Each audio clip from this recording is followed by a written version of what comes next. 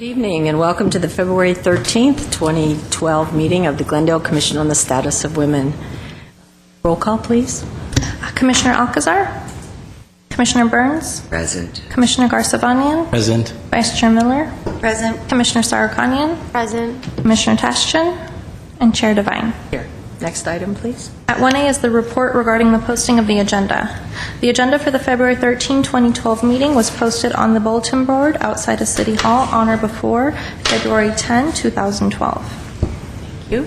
Next item. At 2 is introductions and presentations, and February is Heart Health Month. So with us today we have Daniel Goodwin, MD. He's a cardiologist with Glendale Memorial Hospital and Health Center. He graduated from USC Keck School of Medicine, and his subspecialty is cardiac imaging. So welcome. Very good. Thank you very much for inviting me to speak before this council. Much appreciated. Today we're going to have a very informal discussion about coronary disease and prevention of coronary disease and the warning signs that we all need to look for. We'll also be discussing this topic specifically in relation to how it affects women. Unfortunately, in this country, it is the #1 killer, and that includes both men and women. And we're all affected by this one way or another, either personally or with those that we love and care about. So it's very important to sort of have an idea what it is we're talking about and what it is to look out for. So I thought tonight we would talk about basically the most important things that bring this into our lives, the most important things that we can be aware of to prevent these sorts of events. Unfortunately, much of this is common sense, and this list, I think, is something that we all already know. And as someone who both lives and works in this community, you can see many of those things that affect us pretty strongly. #1 on the list is tobacco, and that is no small problem here in Glendale. We have a heavy prevalence of smokers in this area, and unfortunately that puts people in an increased risk for having coronary disease, and this is both men and women across the board. As you can see there, it gives you 2 to 4 times more likely to develop coronary disease than those who don't smoke. And the second thing on my list there, I use that as a little bit of a motivator. There's a very strong correlation with secondhand smoke, and this applies to your loved ones and your family members. So a lot of times people are less interested in, maybe less interested in how, they're affecting themselves, but if you can put it in that context, it really does make a big difference. And this is outside of the things we already know that cigarettes will do to you: cancer, emphysema, chronic bronchitis, and of course peripheral vascular disease, which is another big vascular problem along with coronary disease that leaves people frequently unable to exercise, unable to walk, and so on. And again, this is something that is very preventable. It is the #1 preventable cause of death in the United States.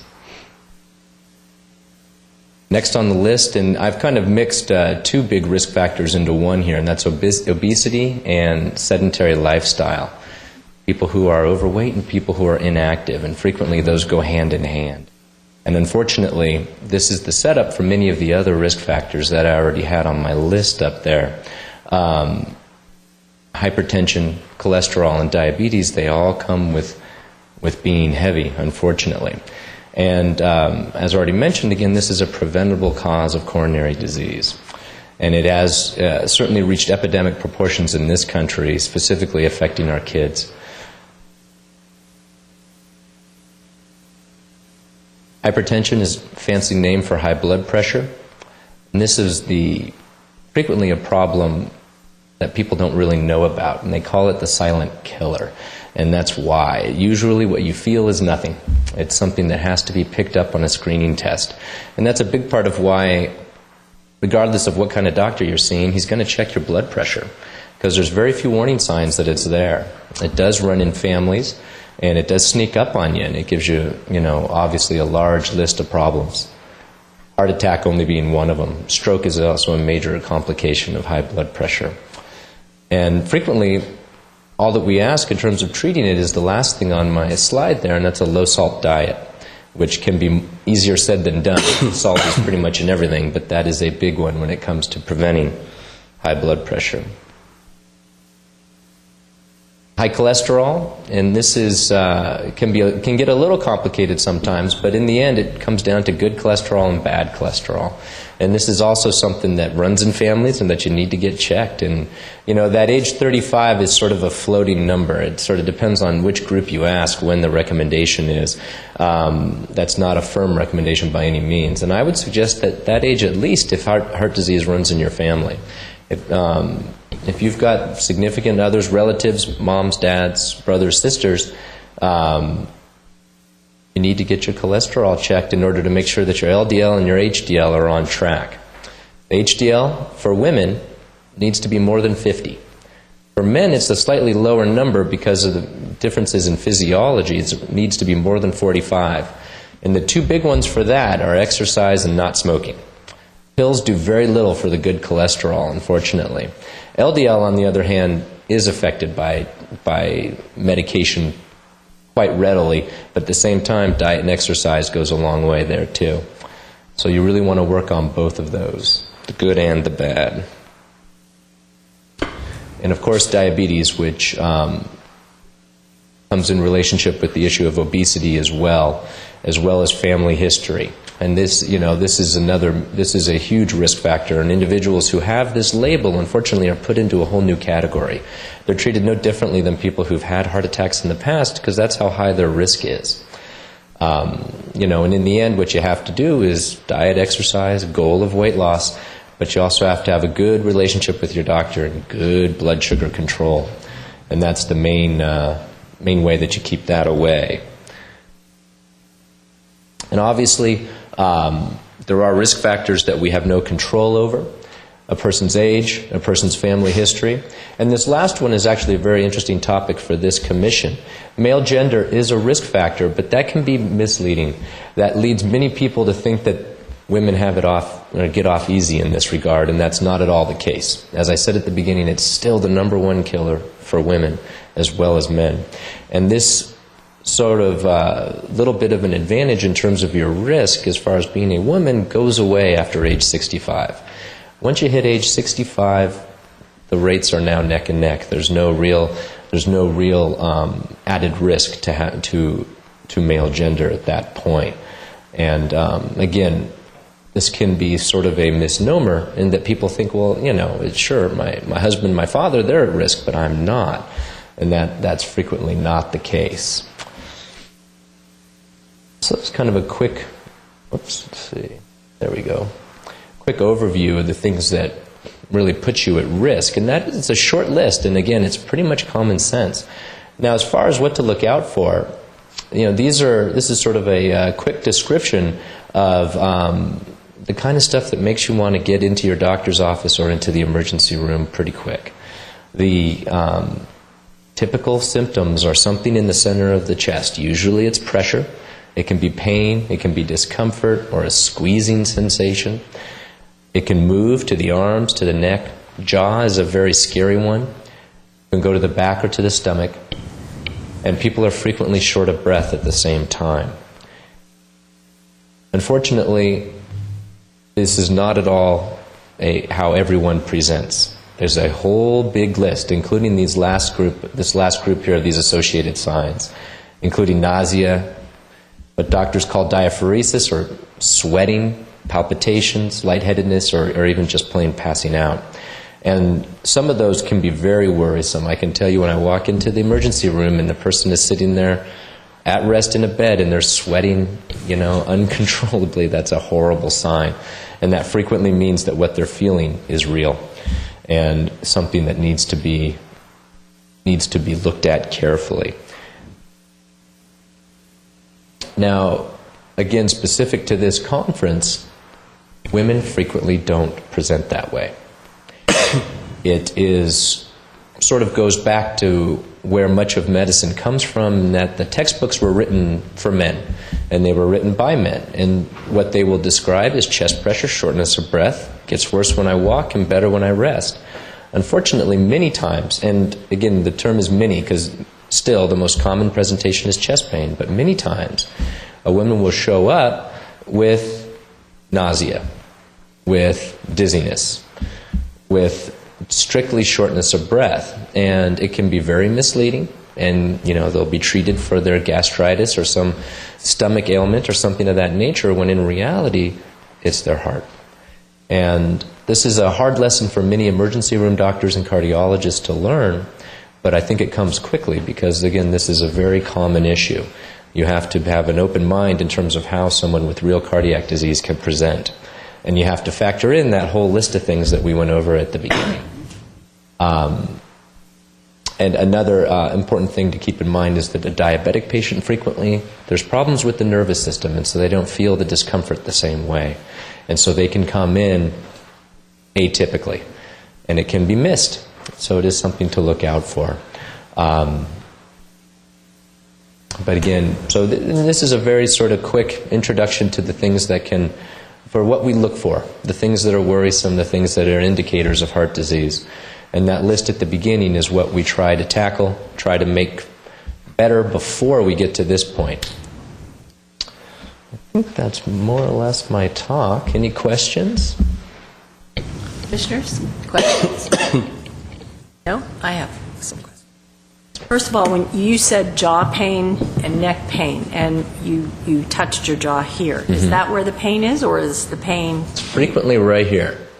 This is where people will say, and usually when this happens, there's something here and it moved here. Not always. And this can be a worrisome sign as well. And again, what it will be is every time I climb a hill, I get pain right here.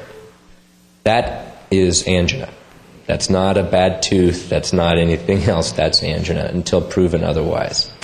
And it can absolutely happen. And, it's part of why it's good to have doctors to talk to, and not to necessarily be doing everything on your own. Okay, and then when you mentioned neck pain, is the neck pain here, whereabouts should women be aware? Usually that's sort of just this. It's sort of the same thing. It would be a very rare or very atypical presentation for the heart to be felt back here. This is where we feel our tension.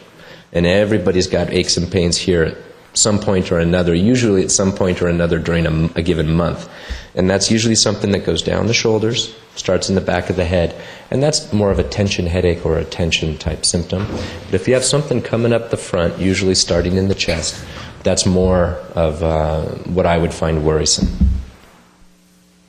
I recently went to the Association of American University Women, and there was a cardiologist there, and she said, I was shocked at this, but she said that women should not, that multivitamins are not good for women. Calcium is, but multivitamins are not.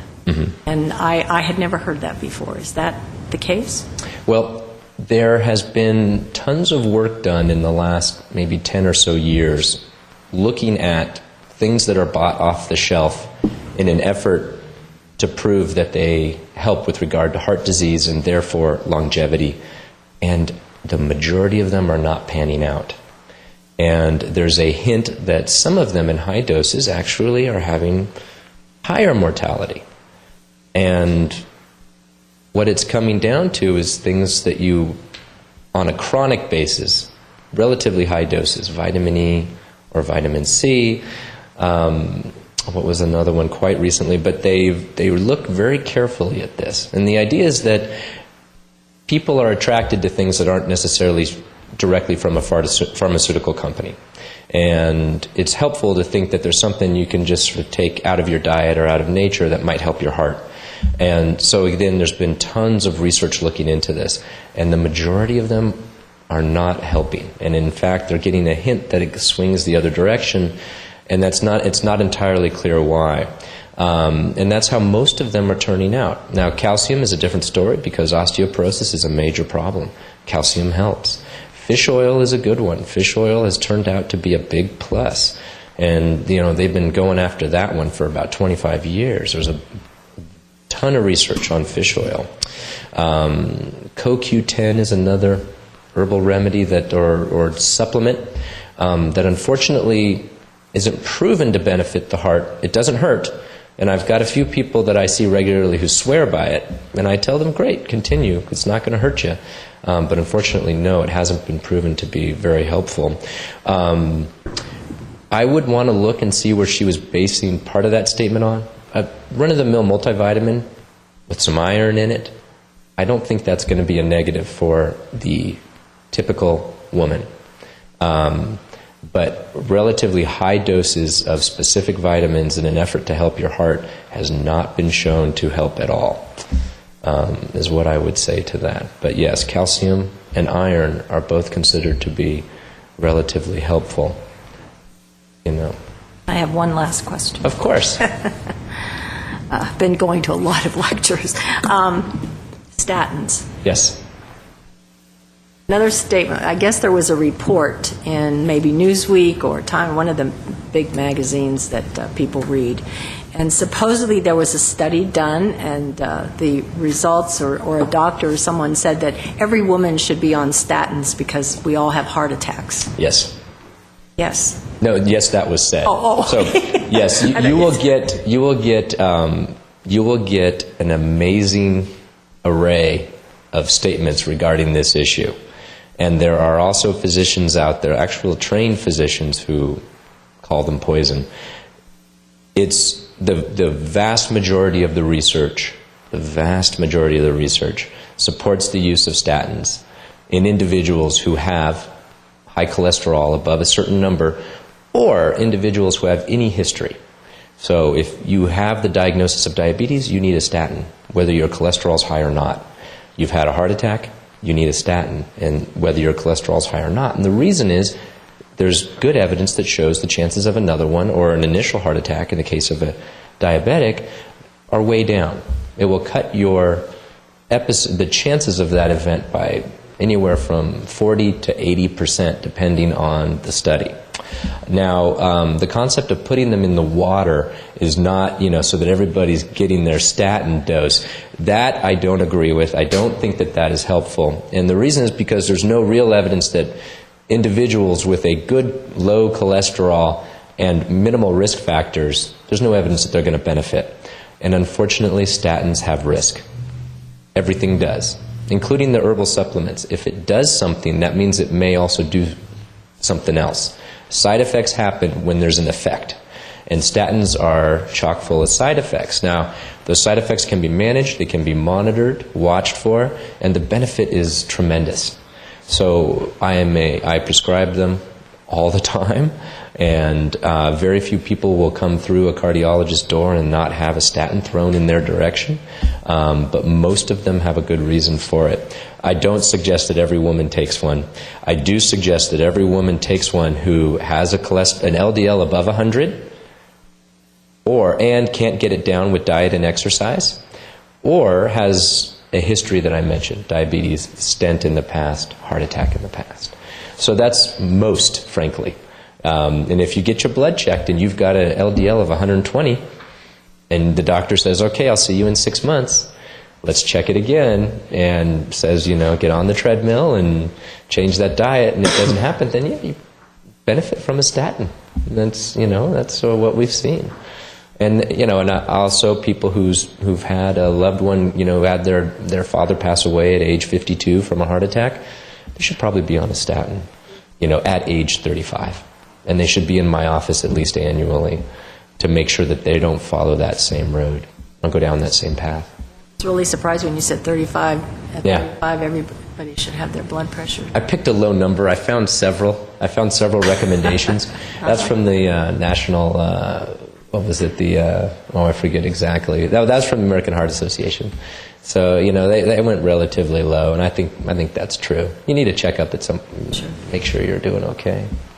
Okay. I have a question. Oh. Yes. What about someone with arrhythmia? Is there certain signs they should look for? Absolutely. So arrhythmia is an entirely different topic. What we've been discussing this whole time is plumbing, blood flow to the heart. Arrhythmia is the electrical system within the heart. Okay. So it's sort of a different ball game to a certain extent as far as risk factors and so on. The most common arrhythmia is the result of many years of high blood pressure. So hypertension that we mentioned will lead to what's called AFib, or atrial fibrillation. That's the vast majority of arrhythmias in this country, is that one thing. But in general, there are arrhythmias that hit young people, there are arrhythmias that hit people with zero risk factors, and the usual thing that you look out for is palpitations, a racing heart. As you get older, if you've had a history of heart attack and something like that, then it can be the other way, a slow heart. You need a pacemaker or something of that nature. But for younger individuals or individuals with less risk factors, it's palpitations or a racing heart. And there are a couple of specific ones that do affect women more often than men. A common problem or a presentation for women specifically is mitral valve prolapse. And with that will come a little higher risk for palpitations and maybe some arrhythmia.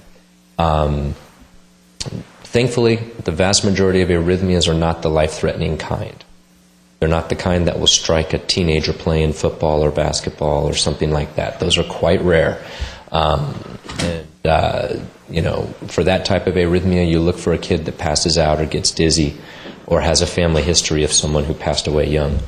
But in general, palpitations. They don't go away after a couple of seconds. Yeah. We all have palpitations. Everybody does. If you drink 2 cups of coffee, you're going to give yourself palpitations most of the time. And if they go away quickly, if there's nothing with them, then they're normal. But if they last for 5 hours and you're a little winded, that's a problem. You need to come in and get that looked at, get an EKG, get ultrasound of your heart, that sort of thing. Okay, thank you. Sure. The comments, questions? Very good. Thank you so much, you. Dr. Goodwin. And Pleasure. a couple weeks. Okay, next. Next item, please. At 3 is oral comment. Discussion is limited to items not a part of this agenda. Time is limited to an amount to be set by the chair. The commission may question or respond to the speaker, but there will be no debate or discussion. Staff may refer the matter to the proper department for investigation and report. I have one card, and it's Chris King to talk to us about the Downtown Dash, which goes right along with what Dr. Goodwin was just talking about, right? Right. Being Well, active. We'll get your heart That's right. beating a little bit here. Oh, okay. Chair Devine, thank you for the time. Members, I appreciate it. My name is Chris King. I work at Glendale Adventist Medical Center, and I'm here to speak about the Glendale News Press Downtown Dash. I'm the marketing chairperson for the event. The Dash is now in its 5th year, so we're very excited about that. We are expecting approximately 2,000 people to converge on and around Brand Boulevard on the 11th of March this year, which of course is daylight savings, as we do every year. So it does tend to be a bit of an early day, but so you want to make sure you set your clocks for that. While the Dash is an official warm-up race for the LA Marathon, it is perfect for runners and walkers of all ages and all skill levels. So it is a family-friendly event, and partnerships with and support from organizations much like yours make this just an incredible carnival-like atmosphere. It's a lot of fun. Everybody has a good time every year. To date, the event has raised over $300,000 to support stroke services for our communities. That money does not go to some national account or anything like that. It stays right here in Glendale. Some of the things that we've been able to do with that money is host the world premiere of the interactive Mega Brain event, which is a giant model of the brain. I think almost 2,000 people came through to learn about brain functions. We also created a free stroke medication management and education clinic. We were also able to provide extensive multilingual educational materials for stroke survivors. We are already several weeks into the DASH training program, which happens at Chess Park right here in downtown Glendale, right on Brand Boulevard, thanks to the amazing support of the people over at All About You Wellness Boot Camp. So much appreciation to them. And thanks to our generous sponsors, Massage Envy, they have actually been able to provide finisher medals for every participant this year. So anybody that comes out and signs up and does the event will get a medal for that. We are also able to offer better quality T-shirts, and we're very proud to bring back the wheelchair race this year as well. And of course, there is the Youth Dash for children under 12 and under. Some fantastic new and returning sponsors: Los Angeles Federal Credit Union, the Americana brand, the Glendale Galleria, Auto Club of Southern California. All of their support has been instrumental in bringing this event to what we anticipate will be the best one yet in the 5th annual. I have brought with me Some special packets today to leave with you. Inside you will find registration forms, all the information that you need there. You will also find information about something brand new that we're doing this year for the Dash, the School Spirit Run. This is actually a race for the kids of high school, middle school, and elementary schools to participate for free. So information on that is in there, and it's also, of course, available online at glendaledowntown-org. You will also find information about the Vibram Challenge. This is a section of the race that provides awards for people that are running, those running shoes with the toes in them. Mm-hmm. So yeah, that's there as well. And of course, you will also find an invitation to the VIP event, which happens on Wednesday, February 22nd at the Alex Theater. So thanks to the Glendale Arts, Porto's, Bartlett Food Service, and Sir Michael Party Rental for making that happen as well. Again, all information is available online, glendaledowntown-org. Registration before March 1st is $30. After, it's $40. For the Youth Dash, it's $15. Questions? Elizabeth, are you aware of this? Are you getting all the information? Okay, because we have a theme running through this evening tonight. We have Girls on the Run here. They do marathons, so this would be right up their alley. Wonderful. 5Ks, I'm sorry, 5Ks. Even more so. Yes, okay, thank you, Chris. Any comments from the, we'll see you there. I'll see you there. Thank you very much. Thank you. Next item, please. At 4 is consent items. A is approval of the minutes of the regular commission meeting held on January 9, 2012. Are there any additions, corrections? I see none, so do we have a... I make a motion that we approve the minutes for January 9th, 2012. Second. And do we have consensus? Yes. I believe so, perhaps with the abstention of Commissioner Garsavanian. Were you here last time? No. Okay, so it'll be just the three of us. Thank you. Okay, next item. At 5 is business agenda A action items, and 1 is consideration and discussion of a sponsorship request for the spring 2012 season of Girls on the Run in South Glendale, and at A is a motion providing direction regarding the sponsorship request. Okay, do you want to give us a report? Chair Devine, staff would be happy to provide a brief report, and additionally, we have with us today Elizabeth Sadlin, who would also like to provide you with some information about Girls on the Run. So, Okay, perfect. both of you can report. Girls on the Run of Los Angeles County is a fitness and empowerment program for girls in 3rd to 8th grades. It's held after school, and it has an interactive curriculum that involves positive emotional, social, mental, and physical development. And it's meant to serve girls regardless of their size, their fitness level, or their shape. And the program, in addition to the after-school program, combines a 5K walk-run event. And in the city of Glendale specifically, Girls on the Run, because Girls on the Run is a national organization, here in Glendale through LA County, they launched in fall 2008 at Verdugo Woodlands Elementary School. They added a summer camp there in 2009, and then they went on to add teams at R.D. White and Lincoln Elementary Schools in fall of 2009. And through its ongoing partnership, the Commission strongly had encouraged Girls on the Run to enter into South Glendale. So Girls on the Run reached out to Edison Elementary School in late 2009, and they were able to add the school as a site in spring of 2010. And due to the interest generated in South Glendale, they expanded to Cerritos Elementary School for the spring 2011 season. And in 2010 and 2011, the Commission was able to support this extension of Girls on the Run into South Glendale with sponsorships. In 2010, the Commission provided a $2,000 sponsorship for the spring season, and in 2011, a $2,500 sponsorship. And at this time, Girls on the Run of LA County is requesting a $2,500 sponsorship for the Commission to sponsor a team at Edison Elementary School for the spring 2012 season, and that will start February 27th. The funds will be used to help cover the gap between the total operating costs and the fees that the girls' families are able to provide. So, for example, the program cost is actually $250 for each girl. What Girls on the Run charges per girl is $175. Per girl. And it's important to note that if there is a family that has an inability to pay, they don't turn those girls away. So in actuality, they might be receiving less than $175 per girl. And these funds would help cover those gaps. Should the commission choose to become a team sponsor, it will be acknowledged countywide for its support by being recognized in the Girls on the Run LA County electronic newsletter, website, Facebook page, Twitter site. And the commission's logo will be printed on the back of all the spring 2012 season t-shirts, which Elizabeth has brought today to show you. And these get worn by the girls during their practices and also at their culminating 5K event. The shirts are also sold to coaches, family members, running buddies, and anyone else who wants one.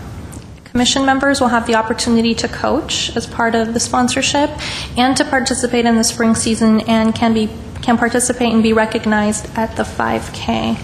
This concludes my report. If you have any questions, I can take them now or wait for Elizabeth's All right, presentation. let's have Elizabeth speak on this first, and then we'll see if we have any questions. Great, thank you.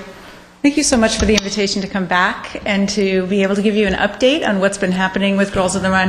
I thought since there's also some commissioners who haven't been here before when we've spoken together, I'd just give a little bit of a background of the organization, though Christine gave a great description. So we know that Girls on the Run is a character development program. It uses the power of running to help girls be able to celebrate their bodies, honor their voices, recognize their gifts, and activate their power.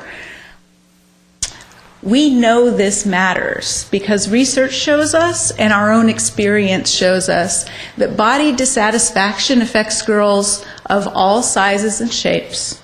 And we know that 40% of girls in this age range, 8 to 13 years old, report having tried to lose weight. And the way that we look at the impact on girls of shame around body size is that leads to, and we can see negative body image through research, is correlated to depression.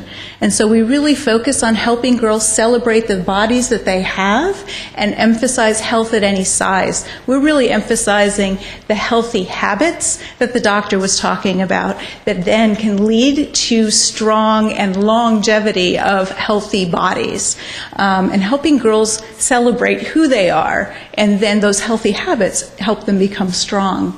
And we find that prevention is really what works with girls of this age, and so we really emphasize that through the program.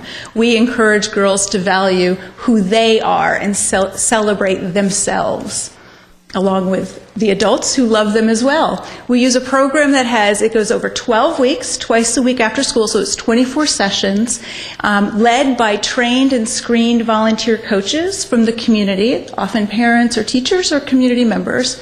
And the curriculum across these 24 sessions address 3 topic areas. The first cluster is about taking good care of ourselves. So it's these healthy habits, it's nutrition, it's also healthy emotions and understanding our emotions and building those healthy habits. Being a good friend is a key part of the curriculum, which is really resonating for me today as a resident and a parent in La Crescenta area, and knowing that as we build friendships and how we can respond to gossip and to bullying and to being able to support each other as friends in a community. And also, then the third section of the curriculum is about designing and implementing a community service project, which helps the girls see that they can make a difference in something that matters to them. So through all these activities, they get together twice a week. Each time they get together, there's a bunch of games and activities, and they're having a great time while they're connecting with the curriculum, and they're strengthening their body. And at the end, as Christine described, they participate in a non-competitive 5K walk or run. That's about 3.1 miles. That's the end of each season. So this is really for everybody. Girls and coaches, adults of any size, shape, or fitness level. We know that trends that our girls are facing is that there's reduced time for PE in the schools. Often kids aren't sent out to play at the parks from safety reasons now more often than when we were growing up. There's a lot more pressure that the girls are facing around body size and image from media, and then the distraction of electronic games, tying back to the sedentary activities that the doctor mentioned. And we can all benefit from strong role models that the program offers. And so as a result, we see the program leads to higher self-esteem, healthier body image, and positive attitude toward lifelong physical activity. Most importantly, the girls tell us it's what's inside that matters, and now that I've done this, I can do anything. And just one last quick story from a teacher that I heard this past week at Lincoln Elementary here in Glendale. And this teacher said she was talking with a couple of other teachers earlier that day, and they were reflecting about a group of girls who's in 7th grade now and had done Girls on the Run when they were at Lincoln in elementary school. And when they started, the girls were, as she described it, more withdrawn or uncertain, not really kind of stayed out of the flow of activities. But through the program, they saw the girls now as 7th graders as confident girls who express their unique personalities. And that comes through in different ways. They still aren't necessarily in the main flow of things, but they see that the girls are able to express who they really are. And the teachers made that connection to the program, which I think really speaks and expresses what this is about and the impact that you have by providing a sponsorship at Edison. Last year in 2011 at Edison alone, we served 71 girls. And as we were talking about the financial assistance program, at Edison, over 90% of our girls received financial assistance. Of the 71 we served, 43 of them had full scholarships, and 21 of them had a partial scholarship. And that's all based on conversation with the families and what's possible for them. So your sponsorship made that possible, and these girls are able to participate in something that might not have been an option for them otherwise. And so I'd welcome any questions that you have. Oh, this is what the shirt looks like. And this was your logo last spring on the back of the shirt. So this is the season shirt, and we'll have about 700 of these for the spring season, and your logo is right there on the back for everyone to see when they're running down the street. Any questions? Thank you, Elizabeth. Any questions or comments? Vice Chair Miller? What particular 5K event do you choose? We choose community-based 5Ks. Each season varies, and we are right now in negotiations. It looks like we'll be going to Santa Monica Classic for the spring season. We're still finalizing that with them. That'll be May 20th. I know that you got you were one of the, recipients of the Rose Bowl, the marathon, or? LA Marathon. LA Marathon. Yes, we are an official charity of the LA Marathon, which means we have a team of 25 people who are running either the full or this year for the first time the relay halves. 2 people can do each a half, who are running at the LA Marathon to raise funds for Girls on the Run, which is a great experience. And there's a couple spots left for that too.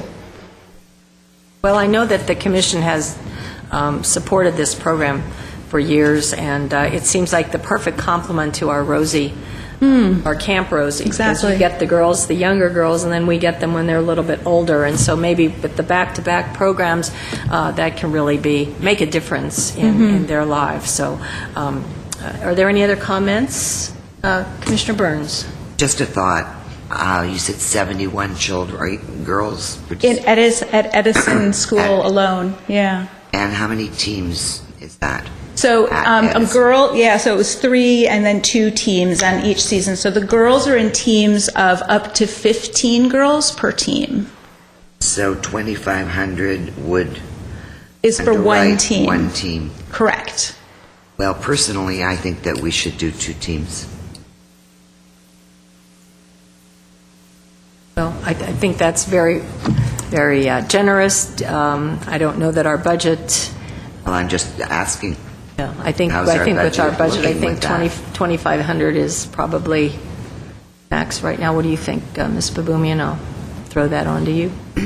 We currently have the funding to support it, but looking at overall range of programs is just keep that in mind of what we're spending throughout the year, and it also hinges on success of our Jewels event this year. But Rules and the CDBG funds, because we do have to, we have financial responsibility for Rosie this year that we're not going to have, or that we didn't have in the past, because the CDBG funds are cut. perhaps just a suggestion that we can take this item as it is, and then I know typically Girls on the Run has come for the spring, but perhaps come back in the fall with another presentation. Yeah, that would be perfect, I think, yes. That'd So do I have a motion to fund for $2,500 Sure. for this season, and then we'll look at next season? You can come back. Thank you. I'll make a motion. First of all, I think it's wonderful what you're doing. I completely support it. I'd like to make a motion to donate $2,500 to Girls on the Run from the Commission on the Status of Women. Second? And roll call, please. Commissioner Burns, Yes. Commissioner Garcevanyan, Aye. Vice Chair Miller, Yes. Chair Devine. Very good. Thank you. Thank you so much. Thank you, Elizabeth. for Thank you. coming.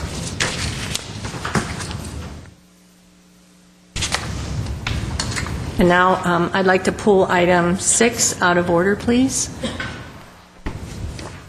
Sure. At 6 is consideration and discussion of the proposed activities for Sexual Assault Awareness Month. And at A is motion providing direction regarding the proposed SAM activities. A report, please, Ms. Babumian. And by the way, this was an excellent report that you did on this. Oh, thank you. Let you know that. Okay.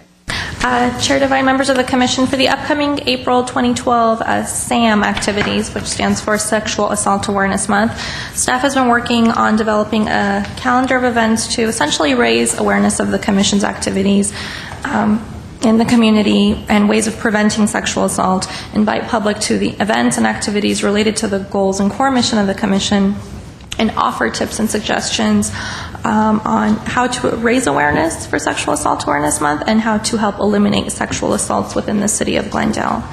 So the first proposed event is a proclamation for Sexual Assault Awareness Month and Denim Day in Glendale. And this could go on the calendar April 3rd of 2012 to be presented by the mayor and city council at a city council meeting, and this may be accepted by the chair on behalf of the commission, as well as any available commissioners more than welcome to come and receive this proclamation. Another event that the commission has historically organized during SAM is self-defense classes. And so staff has been working to check with the availability of self-defense dates and classes. And as in years past, staff has secured 2 tentative dates. One is Wednesday, April 11th, and the other is Wednesday, April 22nd. Both have been held for the evening to accommodate work schedules, and that would be from 6 to 8:30 p.m. It's suggested that both classes be held at the Glendale Police Department. And last year we did do a class at Glendale Community College, and we had a student who was at the Women's Club who was on the commission at the time, Commissioner Denelian, and through her connection we were able to sponsor that. And at this time staff is not aware that we are able to sponsor that, but should the commission choose to hold one of the classes at Glendale Community College, we can definitely explore that. Just to get them on the books and get the dates secured, staff went ahead and picked the Glendale Police Department. And these classes would be open to women and girls in the community. They would be free. Space is limited. The class can accommodate about 80 to 90 people, but that does fill up. So those who would be interested in participating would need to register prior to each class. The classes are essentially a duplication. So women would not have to attend both classes. They can for added reinforcement, but it is exactly the same class repeated twice. And the classes are proposed to be provided by our longtime commission partner, Shield Self-Defense, which is run by Nelson Neo, and it's a martial arts-based women's self-defense program. Mr. Neo has worked with the commission for years, also runs the self-defense classes at Camp Rosie, and He also works with the YWCA, West Hollywood, Beverly Hills, their cities, the mayor's office in LA, as well as universities in the LA area like USC and UCLA. The cost to provide each of these 2.5-hour sessions is $350, and that's the nonprofit rate. And in order to provide both classes, the total fiscal impact for this activity alone would be $700. The next proposed activity is Denim Day in Los Angeles, and this is something that for the last 6 years the Commission has supported, and that the support goes to Peace Over Violence, which is formerly known as the LA Commission on Assaults on Women. And this supports Denim Day in LA, an awareness and fundraising drive. And over the course of the past 5 years, the Commission has also organized a Denim Day in Glendale fundraiser called Dollars for Denim, and as a result has donated well over $5,000 to Peace Over Violence. And this event essentially involves city employees who, as long as it's coordinated through their supervisors, are allowed to wear denim to work. And they donate $5, and that goes to Peace Over Violence. Peace Over Violence donates pins that talks, there's different things that it says, such as there's never an excuse to rape, Denim Day in LA, and there are different things that we have them in different languages. We have them in sign language, and staff really gets into it, and they enjoy wearing the pins and wearing denim and learning about why they're wearing denim. And this year, Denim Day in Glendale is scheduled for Wednesday, April 25th. Now, the next event is a new event that's being proposed, and it's a little different event, because for the past several years, the Commission has partnered with the YWCA of Glendale to host Take Back the Night. And that is a rally that protests against sexual violence, specifically against violence against women, and the fear they encounter when walking the streets at night. This is an event that I think started back in the 70s, and the Commission has been doing for the past few years with the YWCA. Now, the YWCA did approach staff to discuss changing this annual event to engage more members of the community in issues regarding sexual violence against women, and they specifically proposed an event called Walk a Mile in Her Shoes, the International Men's March to Stop Rape, Sexual Assault, and Gender Violence. This is a trademarked event, as you'll note in your reports. It was created by a gentleman named Frank Baird in 2001, and he started this one. He was working as a volunteer rape crisis advocate, and it started out with a small group of men putting on high-heeled shoes to literally walk a mile in women's shoes, and it has apparently grown to become a worldwide movement, and apparently tens and thousands of men have raised millions of dollars for local rape crisis centers, domestic violence shelters, and other sexual violence education, prevention, and remediation programs. So the intent of the program, as stated by Mr. Baird, was to persuade men to think differently about gender roles, gender relationships, and gender violence, and in turn, hopefully lead to less sexual violence against women. The march gives men the opportunity to publicly demonstrate their courage and commitment to preventing sexual violence, and it provides the community the opportunity to celebrate men's commitment and to get the community talking about the important concerns regarding sexual violence against women. And again, it really goes to the old saying that you can't really understand another person's experience until you've walked a mile in their shoes, and that was the intent of Mr. Baird's program. Should the Commission choose to hold this event with the YWCA of Glendale, staff would recommend that the event be held on Thursday, April 19th. Doesn't conflict with other city events, and that's traditionally when we would have held Take Back the Night rally in the evening at the YWCA. It is a mile from YWCA to City Hall and back. It's a half a mile between them. So to start at the Y, go down to City Hall, and to come back to the Y would be a mile. And while the event can be held as a fundraiser, and other cities have held it as a fundraiser, staff recommends at this time to, should the Commission move forward with this event, that holding off on the fundraiser aspect, giving it a shot, and then exploring those options possibly in the future. And additionally, staff recognizes that there may be men in the community who may want to support sexual assault awareness without wearing high heels, and that's perfectly fine. And as such, in anticipation of this, YWCA has spoken to clients at their domestic violence shelter, and the clients have offered to decorate sneakers for men who would commit to partnering in the walk without donning stilettos. So the cost to register this walk, because it's a trademarked event, is $140 approximately. It's a little bit less than that, but should the commission choose to participate in this event, the cost of registration may be split between the commission and the Y, and that would not total more than $70. That concludes my report. If there's any questions, I'd be more than happy to answer them. Michelle Roberts, the Executive Director of the YWCA of Glendale, is here as well. She has personally organized this event in other cities and could perhaps provide some insight that staff cannot based on research. So, thank you. That concludes my report. What I think I'd like to do is take them one at a time. So we'll start perhaps with the self-defense classes, but I have a question. Last year, did we get cooperation or collaboration from Senator Liu's office on this? We did not. self-defense Chair class? Devine, no, we did not. we did not. They did not send out flyers or anything for I'm the not commission? sure, Chair Devine, members of the commission, 2 years ago, the Senator Liu's office did partner, and while the commission covered the cost of the self-defense classes, Senator Liu's office staff designed the flyer and also helped with the circulation and distribution. So at this time, last year, it was the commission alone covering the cost, designing the flyer and circulating it, and this is what's being proposed tonight.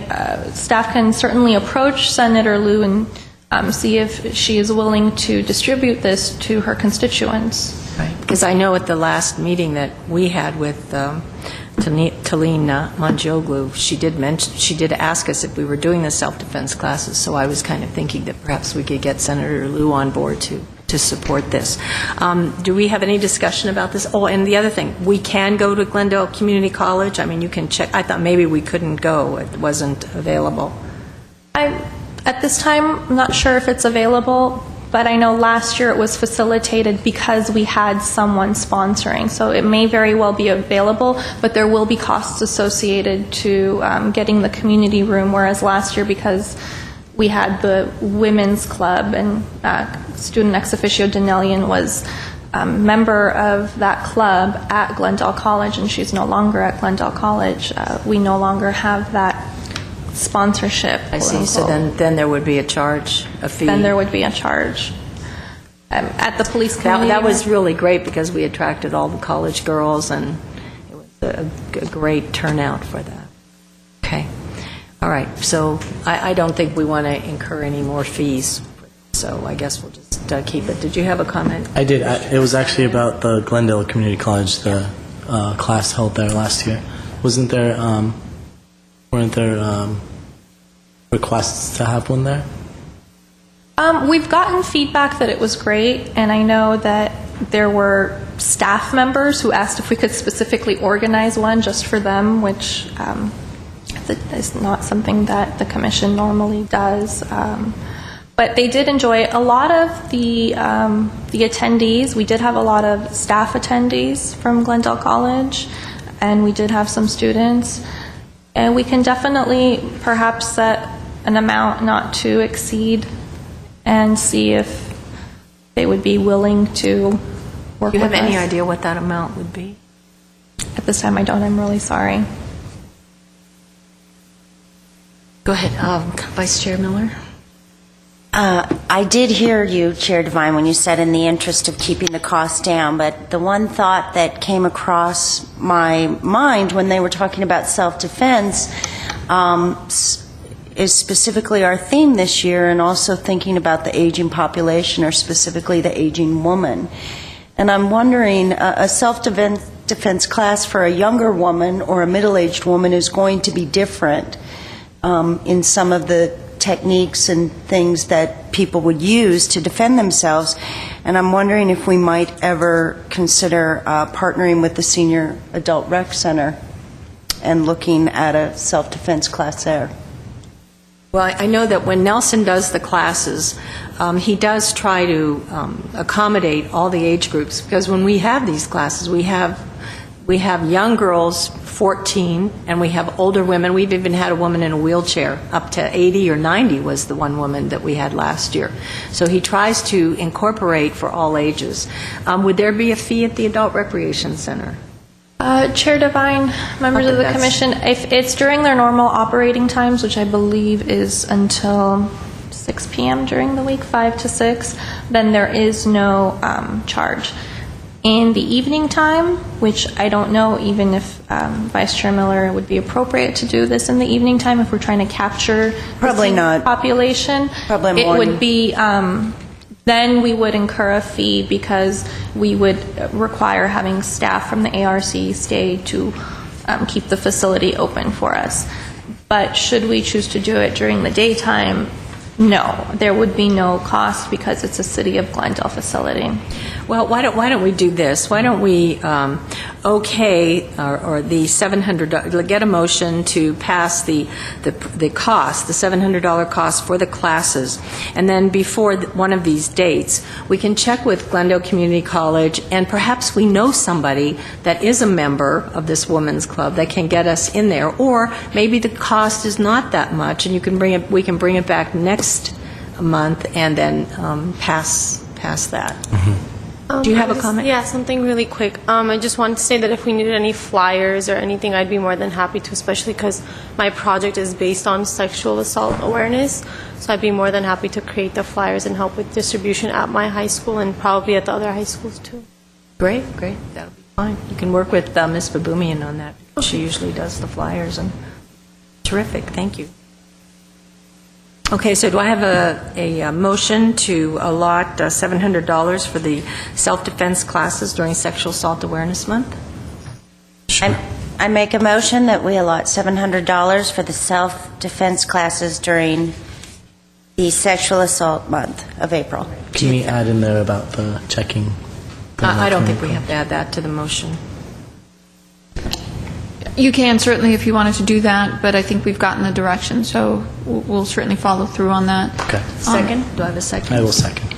And our understanding is that if the cost is greater than $700, that we would bring that back to the commission for further discussion. Okay. And roll call, please, for that. Commissioner Burns, Yes. Commissioner Garsavanian, Aye. Vice Chair Miller, Yes. Chair Devine. Yes. And then Denim Day. Do I have a motion that we participate in Denim Day and help out Peace Over Violence one more year? Sure. I'll make a motion that we, as Glendale Commission on the Status of Women, participate in Denim Day 2012, which is on April 25th. Second. Roll call? Commissioner Burns, Yes. Commissioner Garsavanian, Aye. Vice Chair Miller, Yes? Chair Devine. Okay, and then the next item is the walk a mile in her shoes. And I'll just make a couple of comments before we call Michelle Roberts up. This is an opportunity for the Commission to get involved in a new and different event. It will definitely get the attention of the community. I think the march was getting a little old. We didn't have a big turnout for that.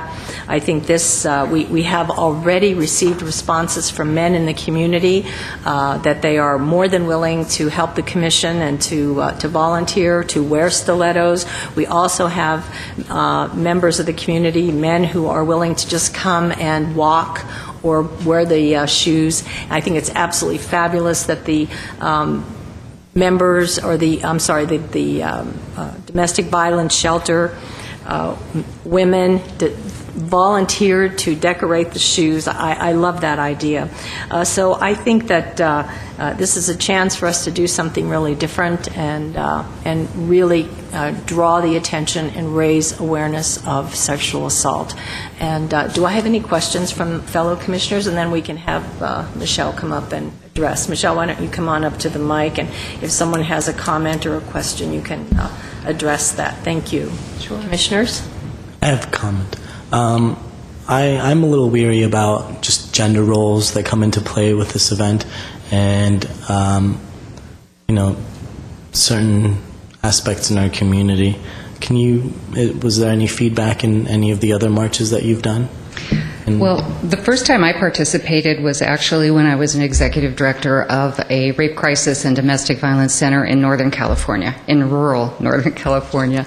And while there's certainly a progressive element there, there's also a lot of very conservative, old-time, traditional community members.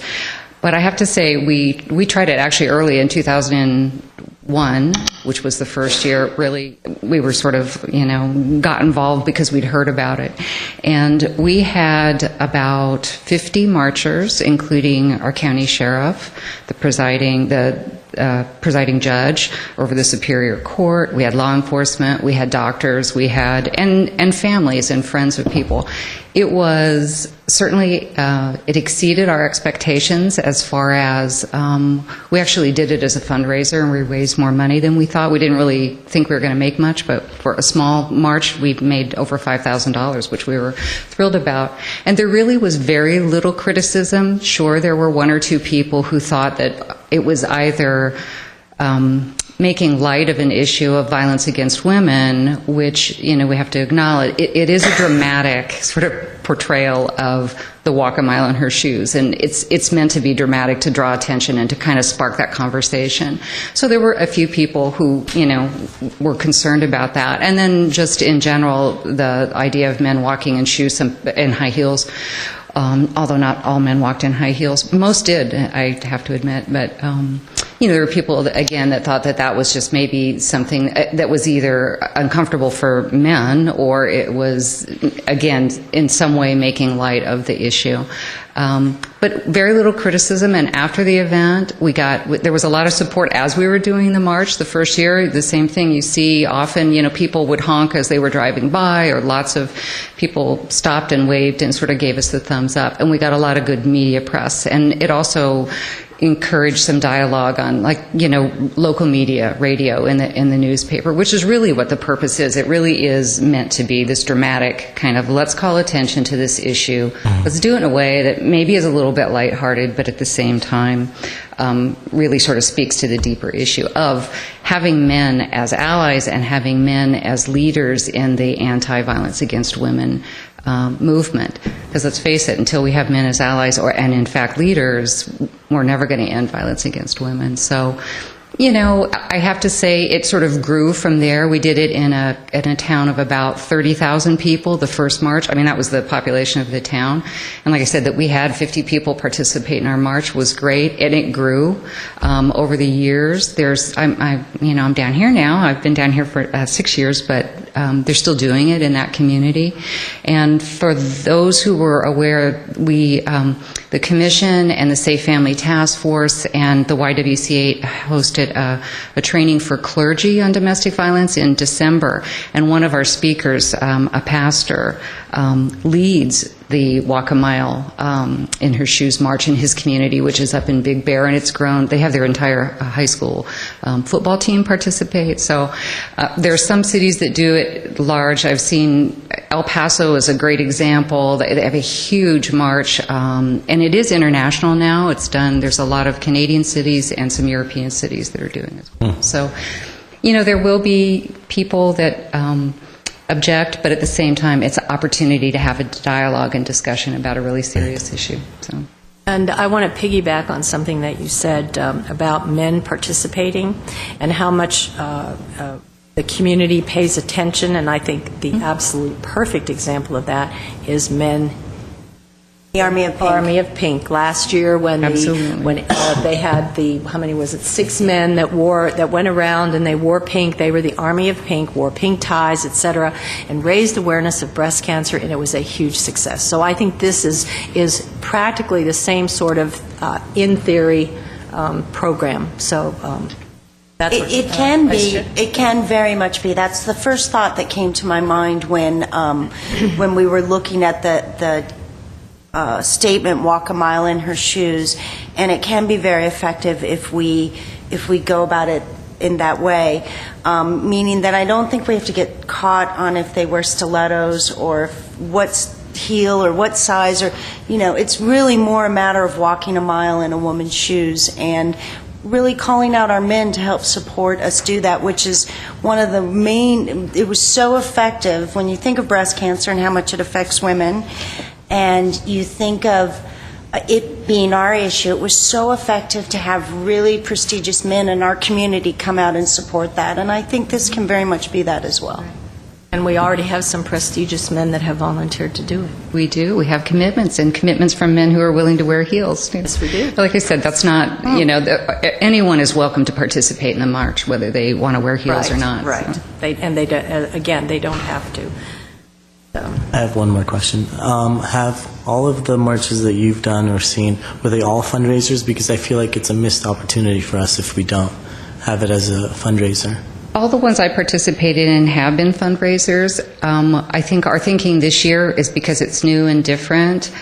We just wanted to pilot it a little bit. We wanted to test out the idea. And if we can generate enough sort of buzz and attention, and we have enough prominent men who then maybe next year can be I totally understand. I just feel like I would pay, a good amount of money to see a city council member walking. I don't know if we're going to Okay, well, we'll write that down.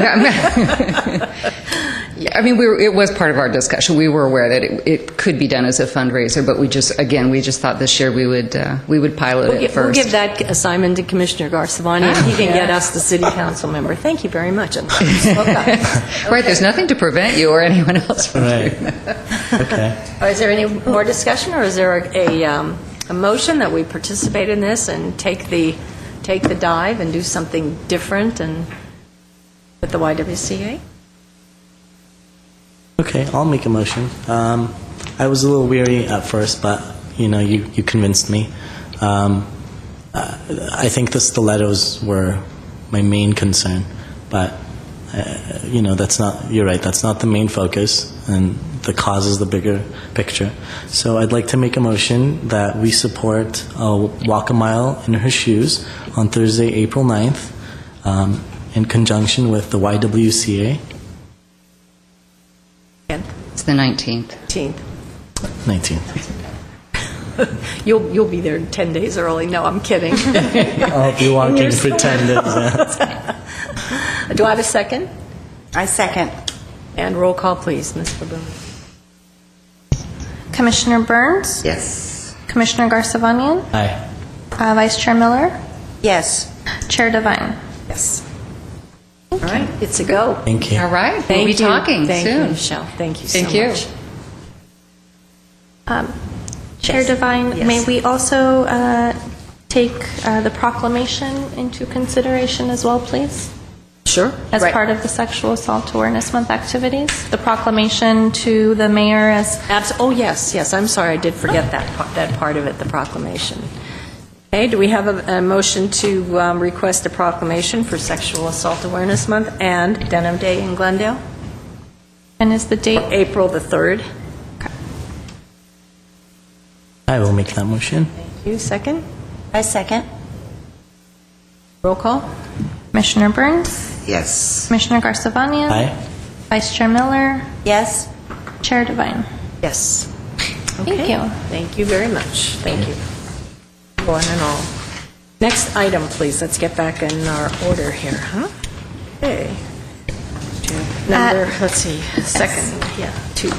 Returning to item 2 under business agenda action items A is the nomination and appointment of delegate and alternate commission representatives for the National Association of Commissions for Women, known as NACW, and the Association of California Commissions for Women, known as ACCW, for the term of January through December 2012. And A is a motion to appoint a commission delegate for NACW. B is a motion to appoint a commission alternate for NACW. C is a motion to appoint a commission delegate for ACCW. And D is a motion to appoint a commission alternate for ACCW. And this item, Chair Devine, members of the commission, was held over from last month. And I'd be happy to provide a report should the commission want one at this time. Okay. Chair Devine, members of the Commission, since July of 2004, this Commission has been a member of two major associations which support commissions on the status of women. The first being National Association of Commissions for Women, NACW, and the Association of California Commissions for Women, ACCW. The NACW essentially sends out updates once in a while, news alert updates, and they also hold an annual convention during the month of July that affords the opportunity for a delegate to vote on behalf of each member commission at their conference. The 2012 annual conference is scheduled from July 25 through 28 in Charleston, West Virginia, and the theme of the conference is Count Us In.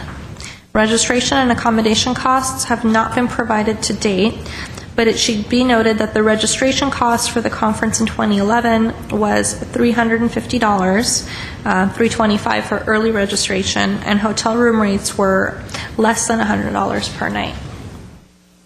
Now, the NACW holds 4 quarterly meetings per year and asks that each commission select a representative and an alternate to vote on behalf of the commission during the business portion of their quarterly meetings and their convention. So the 4 quarterly meetings that are held per year, 2 of them are teleconferenced. 1 is up north and 1 is in the south, and that is to accommodate the ever-shrinking or non-existent travel budgets of commissions. And they also hold an annual or biannual convention for member commissions as well. This year's ACCW retreat was held from January 13 through 15 in Cambria. That was their annual convention. And at this time, there are no registration costs for their retreat or any of their meetings. There are no fees associated. The only costs would be possible accommodations. The way the quarterly meetings are set up is that you can drive in and drive out. They try to eliminate as much burden, convention aside, the weekend convention aside. They try to make it so that should someone, for example, fly into an airport, they'll arrange for rides and whatnot. Now, the duties of the delegates would be to serve as representatives of the Commission, cast the vote of the Glendale Commission on the status of women, and represent the Commission with good faith decisions, and for the good of the Commission, the City Council, and the City. That's what they would be entrusted to do. The NACW and ACCW delegates who attend each meeting may be asked by other commissioners to give an oral report. That's usually placed on the agenda under information only in their section of our agenda. And the Commission procedural guidelines provide that the chair and vice chair are the official spokespersons of the Commission. This is our normal procedures, but for the purposes of the selection of the designee and the alternate, any commissioner can serve in these capacities. The combined annual dues for the NACW and the ACCW do not exceed $200 annually for both organizations. That's covered, the cost is covered by the Commission. It's important to note that at this time, funds are not available to cover travel expenses due to citywide budgetary constraints. The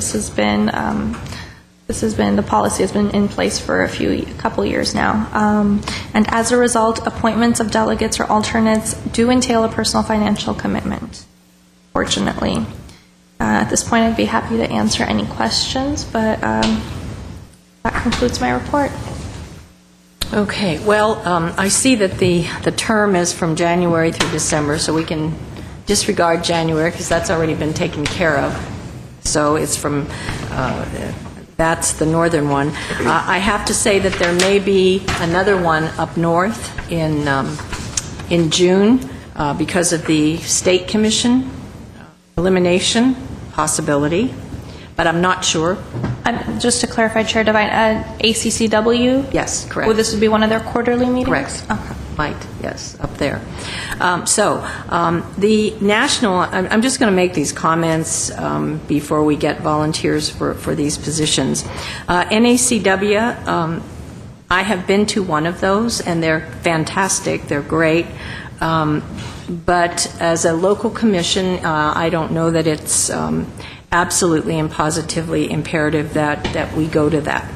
I do think it is absolutely imperative that if you are a delegate for the ACCW and you volunteer, that you go, because as you will see in my report, there is a lot of information that comes out of those meetings.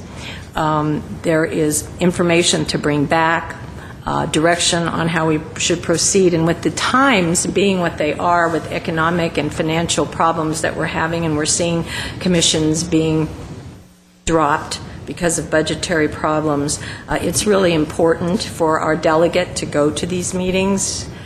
Usually, as Christine said, the next 2 of them are going to be teleconferences. One will be somewhere else, and as I say, we're not sure. I went to Cambria. I carpooled with a commissioner from Pasadena, so it cost me 1 tank of gas, and the hotel was $70. So that I don't think is a whole lot to put out for the commission meetings, the association meetings. So I hope that whoever volunteers will take on these responsibilities seriously and maintain our membership in the CCW. Ms. Varpetian. Madam Chair, members of the Commission, I just wanted to point out that the term is January 12th through December 12th, but if you wanted to change that because we've been holding over, then we would have to do that. Otherwise, the person who's selected now would serve through the end of December. No, I don't think. I think we'll leave it the same. It's fine with me if we, as far as I'm concerned, we don't have to add another month, no. So it would be from February. So they would have one meeting somewhere other than right in our backyard, and another meeting, 2 teleconference calls. So if with that, do we have any volunteers?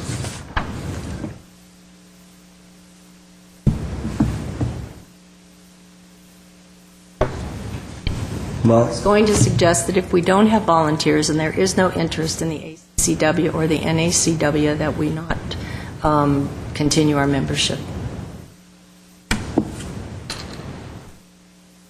Ms. Baboumian, did you? No, I was just waiting to see if there's... Well, I don't think that, it's not that there's no interest, Chair Devine. I think that it's an obligation and a financial obligation, and I think that there are many things on this commission that... see, I'm torn. Let me back up. I think we very much need to be involved, especially in light of what's going on in our state. I, for one, can't volunteer to do it. But that's my position. I also Burns? think that there are, when I called Cambria, the nightly rate was approximately $150 per night. That's with the tax, etc. So you said $70? Right. Well, I was thinking if you shared with 2 or more. Yeah. Okay. Yeah. But would be 2, if, let's say if you shared, it would be $150 for 2 nights. And she also offered her house. A lot of times they have accommodations like that where you can offer, and it's only on a Saturday. You come back on Sunday. One night. I figured it would run about $700-800 by the time you were finished going to dinners and the various things that, no, most that you're usually going to do. Usually they're hosted by a commission, and that commission has, like, there was a meeting at the gal that lived in Cambria at her house, and we didn't have to pay anything for that. Breakfasts are provided by the hotels if you stay in the hotel, and those that stayed at her house ate at her house. So it doesn't. I have never been. I've been to Palm Springs, and I've been all over, and I've never paid $800. I don't even know that I paid $800 when I flew to where did I fly to? Where was it in New Mexico? Albuquerque. Well, let's say it's never that 300, much. 400, 500, maybe in that range then. No. And it is a lot, Commissioner there was Burns. a dinner. Excuse me, I don't want to argue with No, you, I but know. there was a I dinner that was volunteered. You could go and pay X number of dollars, and that money would go to the state's commission. There was fundraising efforts going on. So if it only cost you it's $140 for that whole weekend. That's good.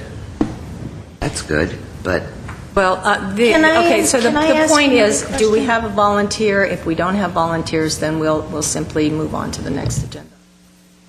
Well, I actually have another question.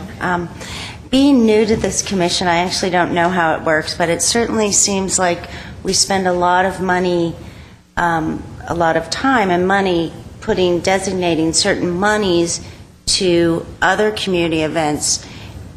Why not designate a portion if we feel that moved by it and we see what's going on in the state? Why aren't we able to designate or put a cost to it that is funded?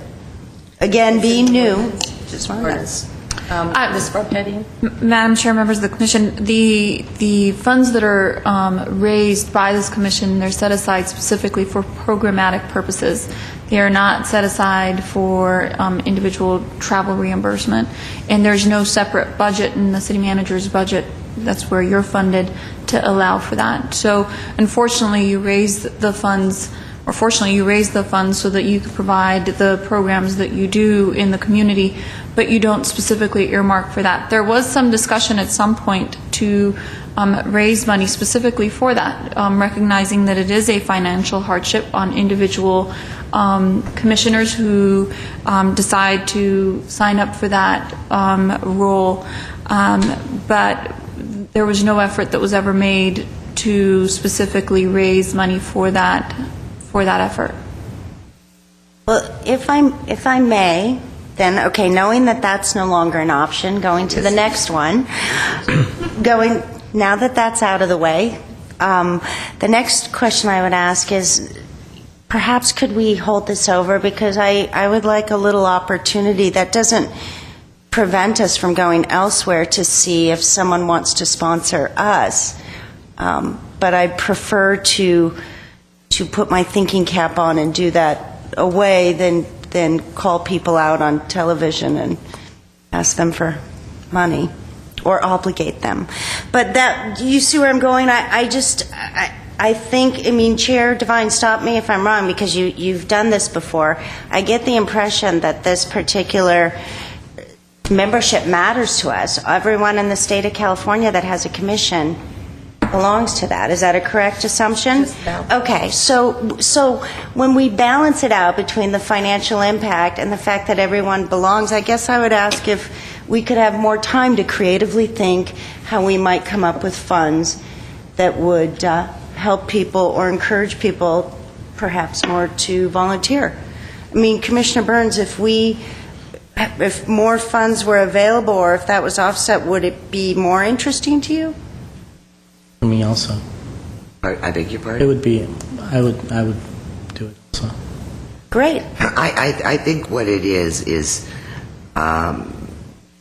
just as you said, the funds are being raised for other programs earmarked, and there's nothing for the commissioners to draw on.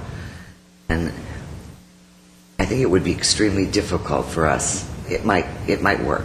But it would be extremely difficult for the commission to go out and solicit, would you please give me $1,000? I want to fly too.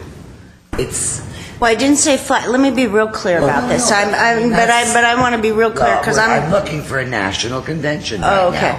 now. No, I was thinking what I'm trying to say is, state. okay, let's bring it down to the state. You know, it would be difficult. I'm not so sure that we would be that successful. Very successful raising funds for other things, but raising funds to offset commissioners' expenses would be a little bit more difficult. But Well, let me ask the question differently, Assistant City Attorney Varpetchian, if I may. I do not see us soliciting money from anyone. I want to be real clear about that and take that off the table. But perhaps if aren't there grants or funding? All I'm asking is for a little time to be creative about this. I don't see what the big deal is. well, we put it off till this month so that it was your desire to have it a full commission, and that's why it was put off to this month.